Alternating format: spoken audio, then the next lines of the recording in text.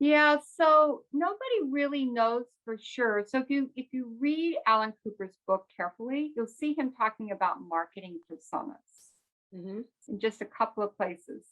But all work gets embedded in the context of people who have a problem. And I love Alan Cooper's The Inmates Are Running the Asylum because he was really grappling with how to get teams to build products that people would want to use. And this was in 1990 when technology was just horrible to use.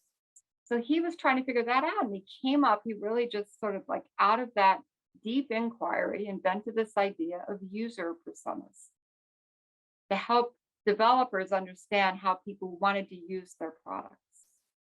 And he refers a little bit in there to this idea of marketing personas, but only by way of saying that isn't what this is.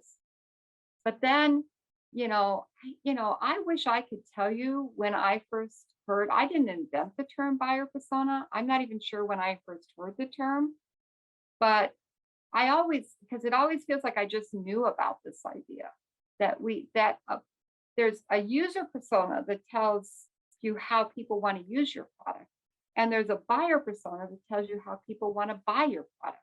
The And those distinction are is very very useful. distinct things. It's But very useful nobody to them. nobody had ever really the reason I wrote my book, which was the worst year of my life. I never wanted to write a book. I hated writing a book. I hated every minute of it.